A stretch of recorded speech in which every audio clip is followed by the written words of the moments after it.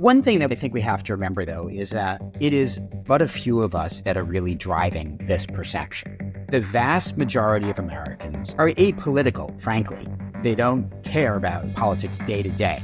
They may believe things, but they're not engaged in this way, and they are just trying to live their lives and survive.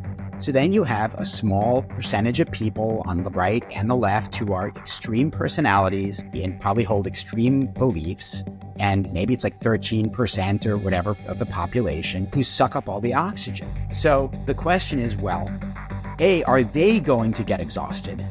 Probably not.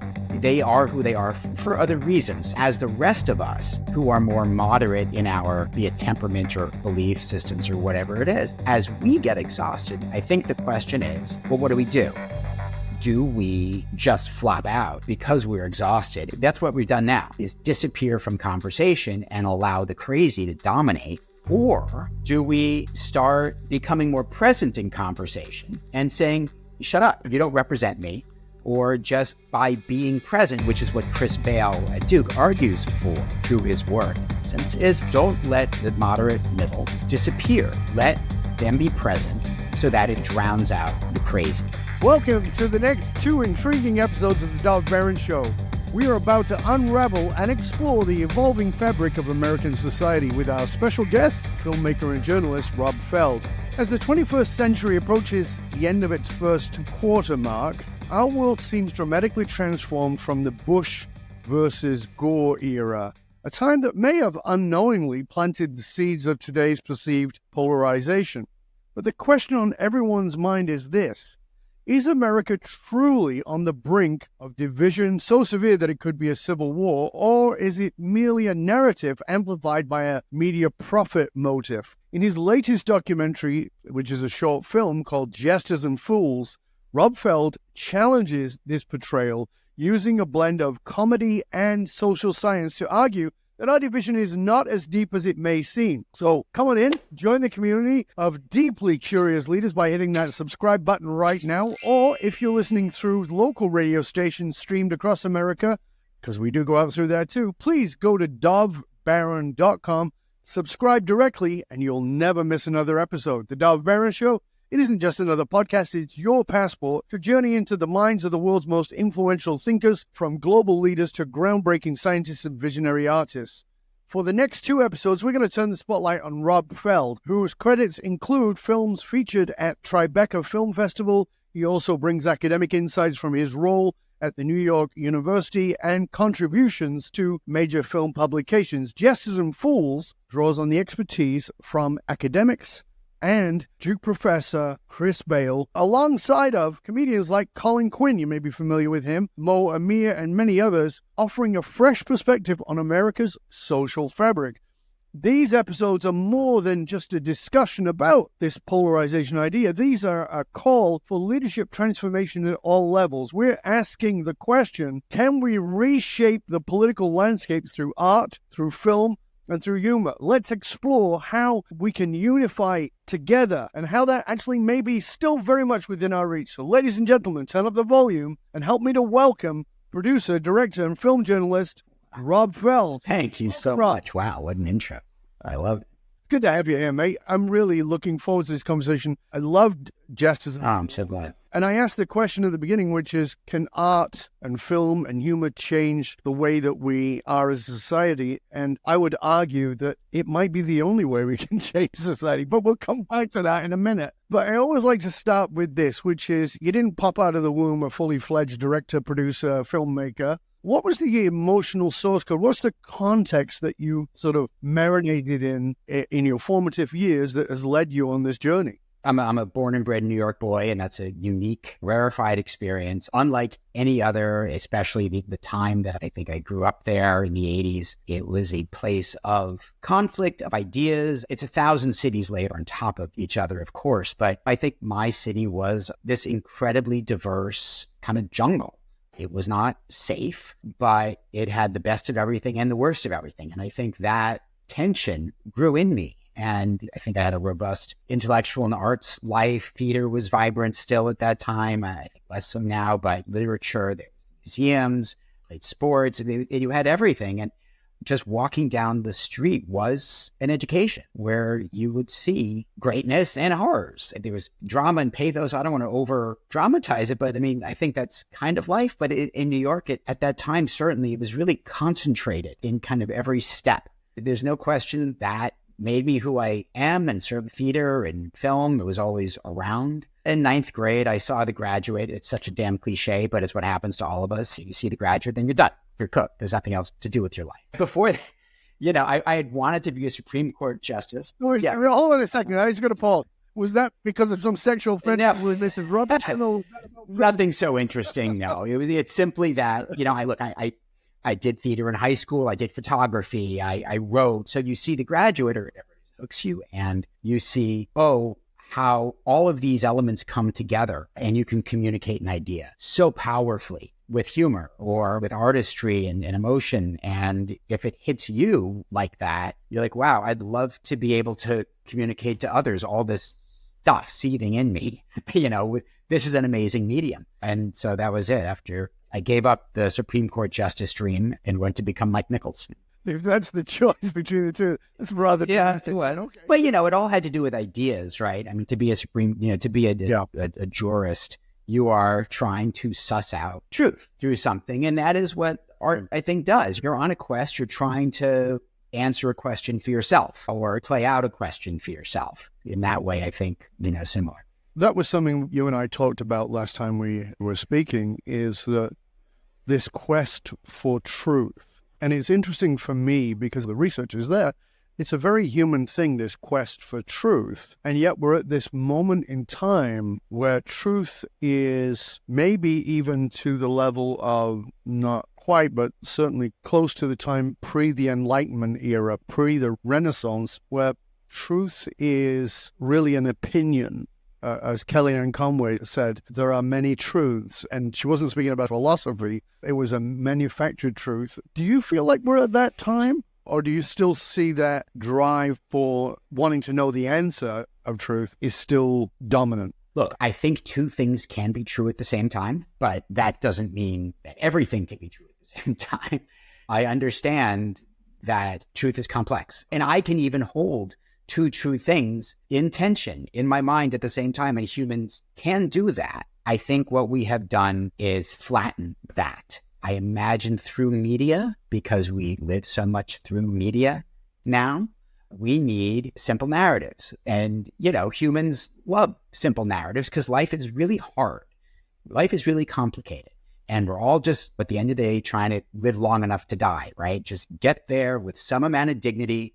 If you have kids, raise your kids, support yourself, live, and go off into the sunset with some modicum of peace and meaning and dignity. So anything that comes along that's simple to understand, that's a good story, we will grab onto because everything else is so much noise. So if we get a good, simple narrative, it's understandable. We latch onto it. And it's hard. How many people really want to push beyond that and engage the complexity and the nuance and say, okay, look, I understand that I want to believe something and I do believe it, but this other thing also is true. And how do I reconcile those things? And media, social media, does not make it easy. In fact, it makes it much harder. It gives us simple narratives that we love to hear.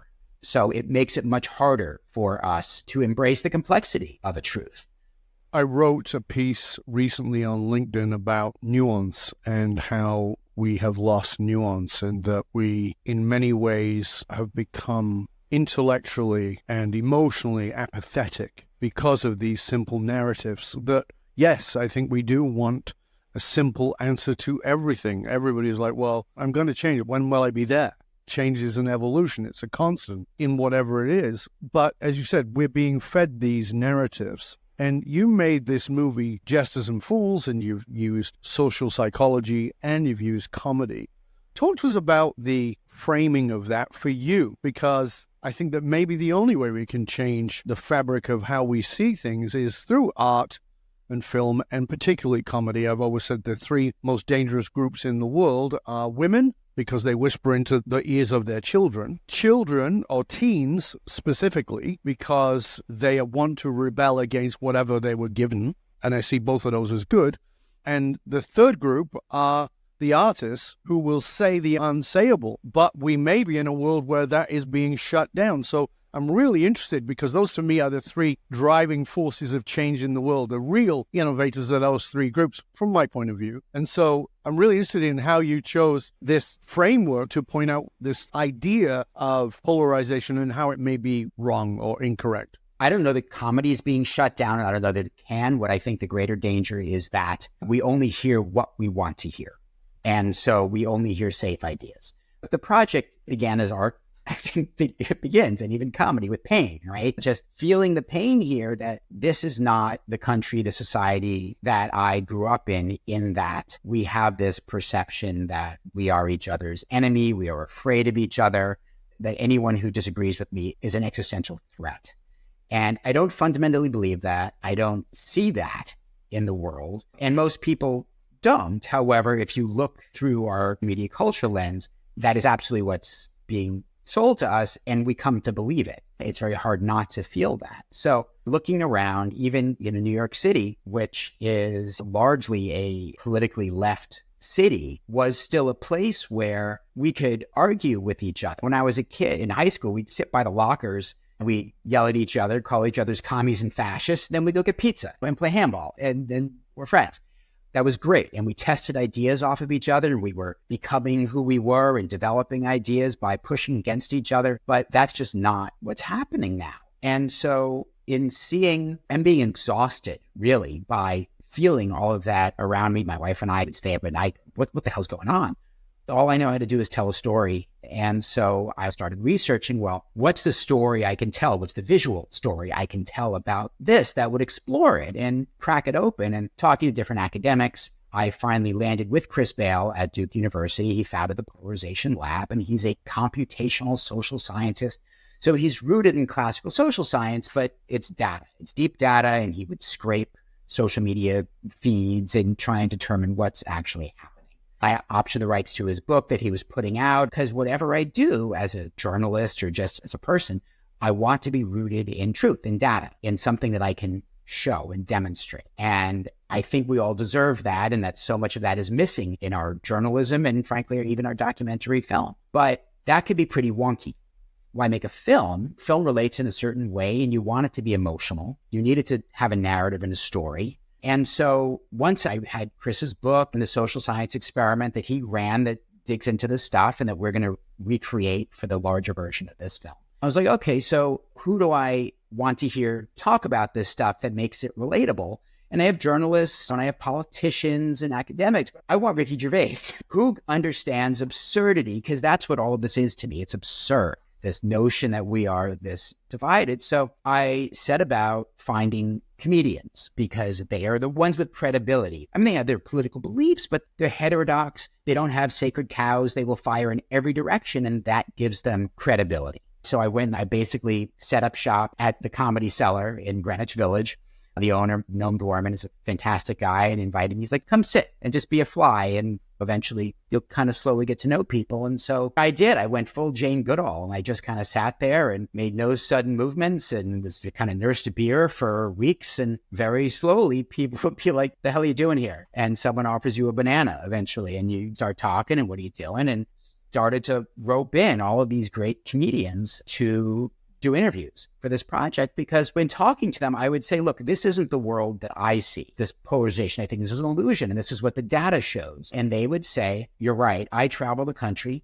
I go to tiny little clubs from New York to LA and everything in between. And I talk to people, and they're like, you're right. What you see on social media, that's not the country that I see either.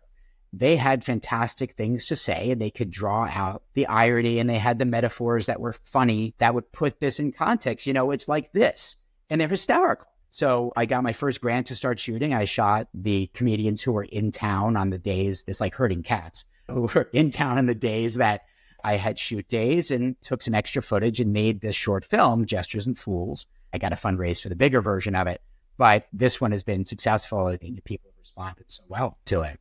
There's so many great comments in that short 15-minute movie. There's a few that stand out for me, but one of the ones that stands out is when Colin Quinn says you're at a job and it's the same boring shit every day.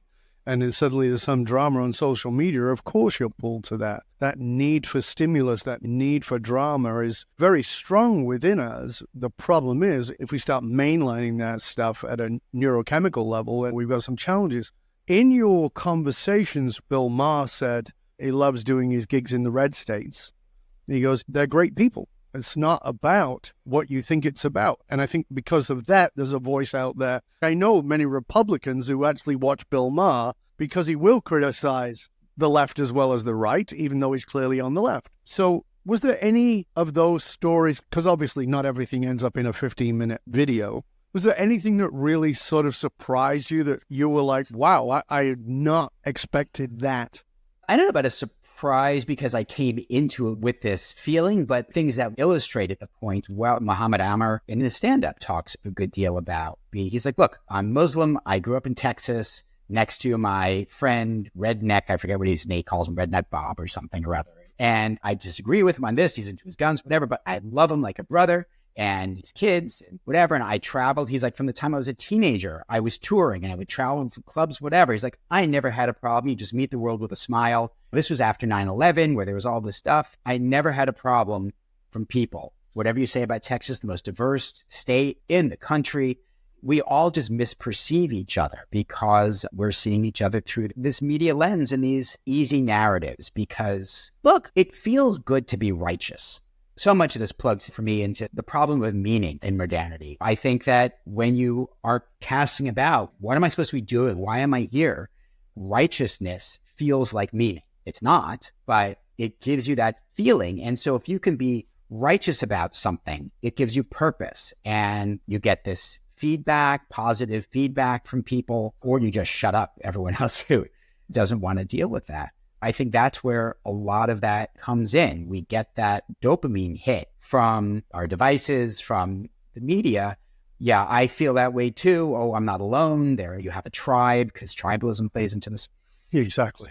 My course is called Creating Cultures of Belonging because we've created cultures of fitting in. And because human beings are tribal, we want to have a tribe. Nobody wants to stand up and go, my life is without meaning. Nobody wants to admit that. That's a painful thing to admit. So if I don't want to admit that, then I've got to find meaning in something, particularly by those who will applaud me, as you said, by being righteous, by being on the right side of something, which means there's a wrong side of something, moves me out of even having to explore the idea of, is this my meaning? And it's interesting for me, and you and I talked about this a little bit last time we had a conversation. For me, I think it's also about this polarization idea is catalytic to a crack. And when I say that crack is not a division as in us against them, but a crack within the self that we are going to say, maybe it's my optimism, but I think there's going to be a crack within us that says, am I really wanting to be this invested in this bullshit? This invested in wanting to go to war with my mother, my father, my sister, my brother, even if it's my brother next door, as you said about Mo?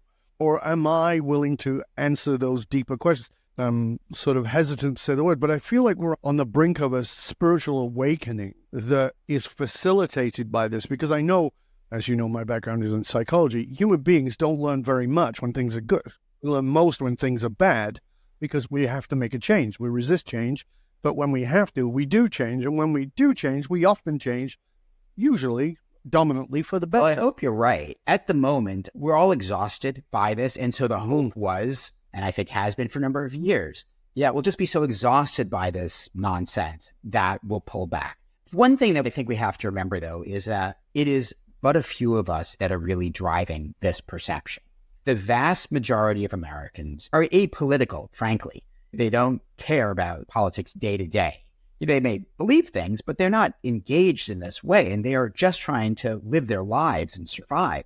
So then you have a small percentage of people on the right and the left who are extreme personalities and probably hold extreme beliefs. And maybe it's like 13% or whatever of the population who suck up all the oxygen. So the question is, well, A, are they going to get exhausted? Probably not. They are who they are for other reasons, as the rest of us who are more moderate in our, be it temperament or belief systems or whatever it is, as we get exhausted, I think the question is, well, what do we do? do we just flop out because we're exhausted? That's what we've done now, is disappear from conversation and allow the crazy to dominate. Or do we start becoming more present in conversation and saying, shut up, you don't represent me? Or just by being present, which is what Chris Bale at Duke argues for through his work, in essence, is don't let the moderate middle disappear. Let them be present so that it drowns out the crazy.